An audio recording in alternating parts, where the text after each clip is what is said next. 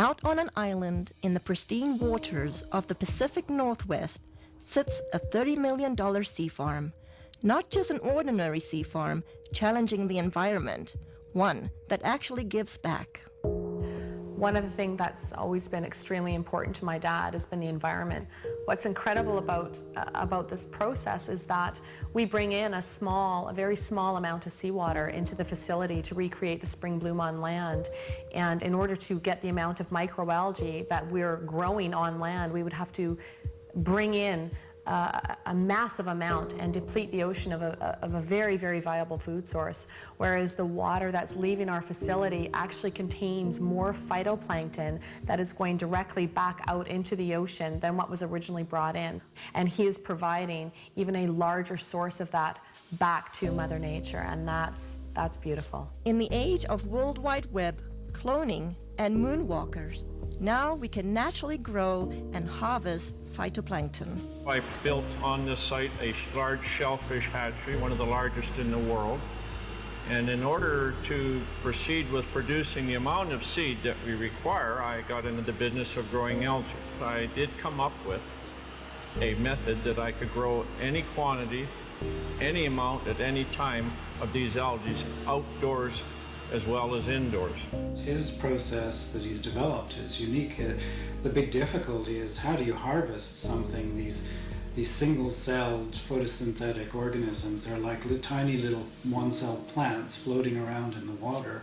I mean, how do you get them out of the water and into your product? And he's developed a process where it's a very quick and easy way of extracting all the nutrients from these cells. Phyto, meaning light, plankton, meaning floating or suspended, is the base of life source as we know it. According to NASA, it is responsible for up to 90% of oxygen in our atmosphere. With thousands of single-cell microscopic plants in the ocean, it has eluded man until now. You know, I'm just grateful that I was chosen to find this product because it's been very elusive. It's eluded man until now, and here we have it, and I'm going to help as many people as we can, I hope. Throughout history, necessity continues to be the mother of all invention. He was creating the phytoplankton to feed his shellfish, and as the business grew, his health started to deteriorate, and I used to think that he was just maybe overworked or, tired, and he ended up getting diagnosed with some pretty serious illness about a year ago. They had diagnosed me with quite a serious cancer. In fact, a very serious cancer. It's called mesothelioma, and there's only about 2,000 cases a year in North America. Nobody survives. With just 9 weeks to a few months to live, Mr. Harper did the unimaginable. I was not expecting what I heard. They basically gave him 9 weeks to 9 months to live. Well, it was a pretty big blow, so trying to get my affairs in order, which had to be done. We then, just basically settled down for me to start slowly, dying. I had to go down and pick out his grave plot, and that was a really, just a very horrible, raw, vulnerable time. While all this was happening, getting ready for his surgery, we'd all been giving him a bit of a hard time because he had been eating phytoplankton out of the tanks at work. And I was actually getting pretty upset with him about doing that because it's for whales, it's for oysters, it's for fish, it's for krill. So I said, are you crazy? He's literally sticking his finger in the tanks and eating this stuff raw. I started on a daily routine of just taking a bit of paste, putting it in my mouth, and wash it down with a drink of water and go about my daily business, what I could do. And within about 10 to 15 days, here I am, starting to less pain in my back. I knew that something was going on, so I just kept eating half a teaspoon of this paste a day.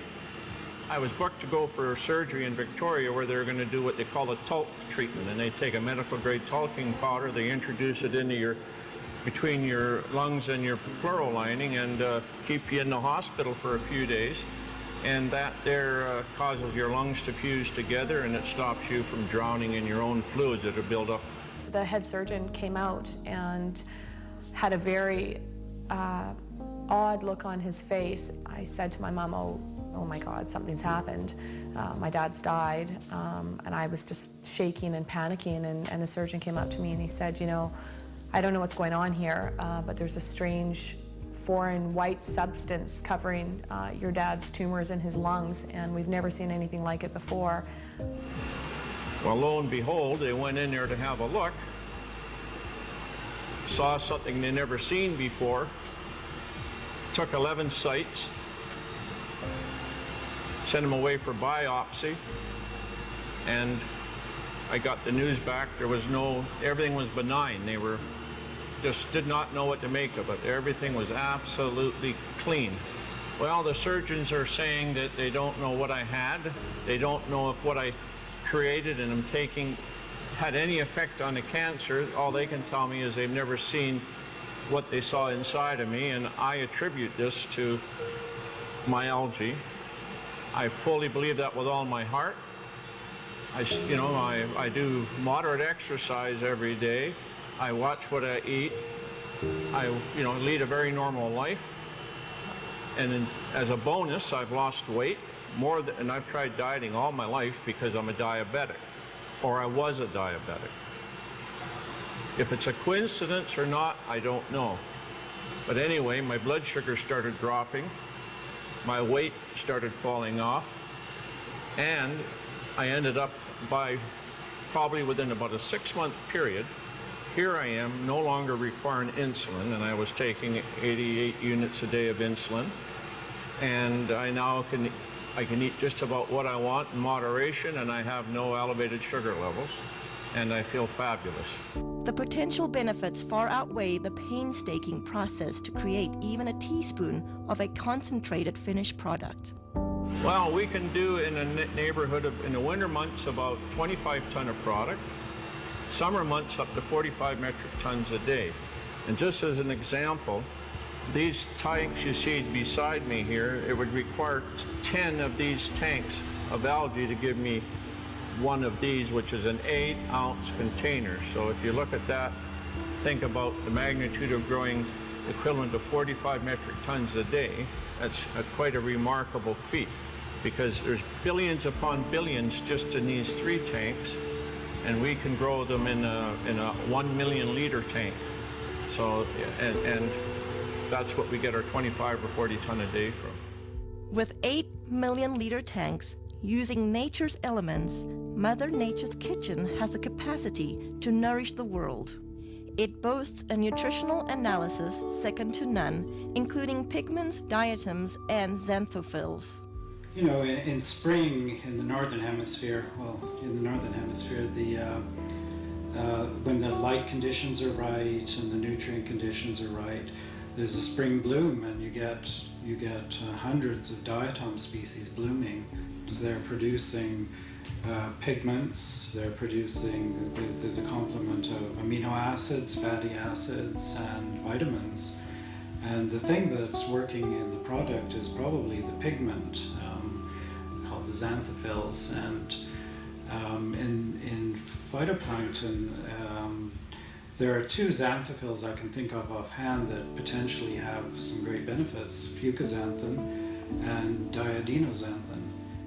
With this scientific breakthrough, it's no wonder experts from all over the world are clamoring to get their hands on phytoplankton. We've had calls from Asia, we've had calls from the UK, we've had calls from many from the States, all over Canada. People that have heard about this, whether it be through word of mouth, through any articles that have been written in the newspaper, but this is a product that is in such huge demand, and it's very interesting when we're getting phone calls from people within the medical system or within the holistic healing, people that are really taking a stand around their health, that are looking for something. The world really is coming to our door requesting, the product. They're hearing from their friends, they're hearing from this, that it is helping them in almost every aspect of their life. He's very protective of this product, and he doesn't trust it to just anybody. It's something that he holds very near and dear to his heart, as does the entire family. Even through such demand, those who partake this precious product are embracing health in a way like never before. A really good friend, and he had this problem with dandruff. I mean, we tried everything with him. Nutritional approaches, we've tried. Emotional approaches, we've tried. Adjustments, anything you could think of. He came into my office one day and he literally bent over and did this. He does that and I'm looking, there's nothing. And I couldn't believe it. And then he says, well, I got this stuff. And it turned out to be the plankton, the phytoplankton. And I said, well, what did you do with it? Did you put it on your head? He said, no, I just took it internally. And I said, well, how long have you been doing this? And it wasn't even a week. It wasn't even a week till it was completely gone. When I saw that, I mean, lights went off all over the place. I mean, for that to have an internal product, to have that kind of effect on an external problem like that, it means that it had to do something amazing internally. Testing each batch to ensure the quality control come first at the conclusion of each batch. Yeah, every batch I look at, I mean, there's always a concern that some condition has gone awry, and you have to make sure that all the species are benign. Whether it will be your health, energy, pH, or just life force, let phytoplankton work with your body the way it works with Mother Earth. The thing about phytoplankton was it had such amazing results. I had to go to the books to find out what's happening. So the first thing I looked at was most people, well, everybody had this amazing change with their muscular systems, and also the people had noticed that they weren't hungry, so their sugar levels had changed. So if you go down to a cellular level, what part of the cell actually has an effect on sugar level? Well, if you look at the cell, there's a part of the cell called the mitochondria. And I think, I can't prove this, but it's logical. The common sense thing says that insulin resistance is because the cell can't handle the sugar anymore, and it says no more. So insulin, the hormone that pushes the sugar into the cell, all of a sudden the cell's not having that anymore, because if it keeps going, it's going to completely damage the energy producer in the cell called the mitochondria. And if it does that, the cell is dead, because 90% of all the functions in that cell rely on the mitochondria to produce an energy molecule called ATP. Without that energy molecule, 90% of the functions of that cell cannot happen. So when I looked at it, it made a lot of sense. And then I looked further. What's really interesting is a lot of the common diseases we're having today, what are they finding? They're finding damage to the cellular level, the mitochondria at the cellular level. Whether it's heart disease, whether it's fibromyalgia, chronic fatigue, any muscular-related diseases, any neurological diseases, Alzheimer's, those kinds of things, they're finding the exact same thing. Phytoplankton is such a complete nutrient. And when I look at a complete nutrient, what I'm looking for is I'm looking for as close to nature as possible. And in all of the indigenous peoples of the world, the reason they're so healthy, in all of the studies that show that they have the better complexions and the better teeth and don't have dental care but their teeth are okay and they're healthy and they live a long life, is because they eat very close to nature. And so the closer to nature you can get, the better you will survive, because the better nutrients can be transferred to your cells. Mr. Harper continues to be acknowledged for inventing this one-of-a-kind process while staying true to his vision and purpose. As a family, we're working really hard not to allow a lot of false hype and a lot of media hype to interfere with the integrity of this product. The intent is to share this with people from a place of authenticity and truth. As for the Harper family, discovering how fragile life truly is, every day is a gift. They are just thankful to have another day. Thankfully was insightful enough to see that this needed to stick around, and he needed to stick his finger in that tank of algae and start eating it. And I to this day am floored that he trusted himself enough, especially when his body was that worn down and he was that sick. He still had enough intuition and enough of a gut feeling and connection with his heart to truly go with his instinct. And his instinct was to stick his finger in that tub of phytoplankton and eat it. Another day, every day is a gift. Every morning a flower.